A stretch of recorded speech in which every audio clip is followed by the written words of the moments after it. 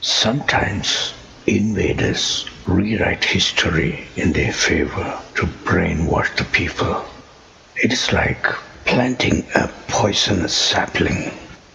After a few more generations, it grows up into a big tree and everyone exclusively believes in lies and there is no more room for truth anymore. Sadly, a similar thing happened to ancient India around 2900 BC when Cush, the son of Ham from Africa, established himself in India. Those were the times after the great flood of Noah, which had occurred about 400 years prior. Noah's son Shem, the king Bharat, was ruling in India. He worshipped his father's god Yahweh in the form of Narayana, meaning the one who rested on the waters. However, his brother Ham chose to worship God's opponent, the devil, and was doing ungodly things. So Noah cursed him. We can read it in the Bible. Because of this incident, Ham's son Cush also hated Noah's god Yahweh and he wanted to wipe out the name of Narayana from India. Now, Shem was a righteous king. He was also known as Harishchandra and his subjects loved him. Cush toppled Harishchandra's government through a magician named Vishwamitra in such a way that his reputation wouldn't suffer. Then, with the help of the priestly class, what Cush did was brilliant. It was like how a dentist would work on some misaligned teeth gradually, tightening a little at a time with a brace to have it the way he would want them. In those days, Indians used to call God, the creator, Brahman.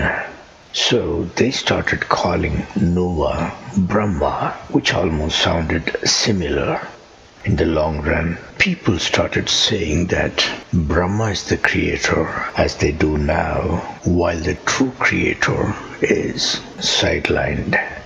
Another change was that he placed all the attributes of Shem's god Narayana on a person from his clan called Vishnu, and they started calling him Vishnu Narayana in case somebody objected, and they depicted him lying on the waters like Yahweh, the true Narayana.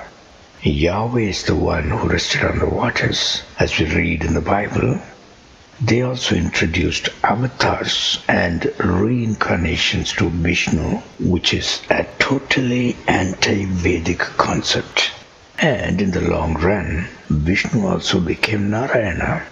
Today, if I say that Shem worshipped Narayana, a common Hindu would readily accept it, saying, yes, that is our Vishnu. And if I say Jesus is going to return to earth riding across the sky on a white horse, he would say, that is Vishnu too, that is his Kalki avatar. Now, in case you wonder why there is such a striking similarity between the Bible and the Hindu literature, one need to realize that there is also an involvement of Lucifer behind these writings.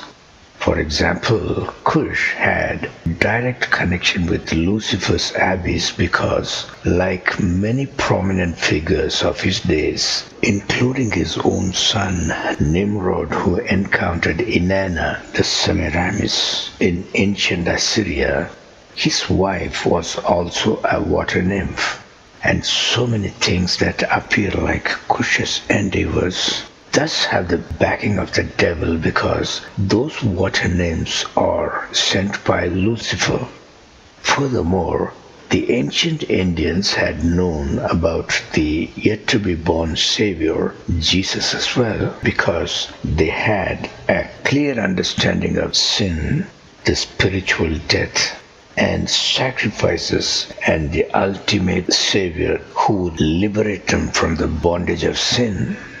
The Vedas mentioned Jesus as Purusha Prajapati, meaning the chieftain of the people, and Naranarayana, meaning God in human form. So they made the tribal leaders the Prajapatis and called a common man Purusha. They also made up a story about Naranarayana, saying that he was a twin brother of Narayana. Furthermore, I also have a reason to believe that the ancient Indians knew that Narayana was a triune god. That's where the title Trishanku that they applied to Mark Noah, the Satyavrata, comes from. Trishanku would mean three in one, united together. Well, these are some ways in which Kush and his people took away every trace of Narayana, who is Yahweh, whom Shem, the king Bharat, worshipped in the land of India. Thanks for watching.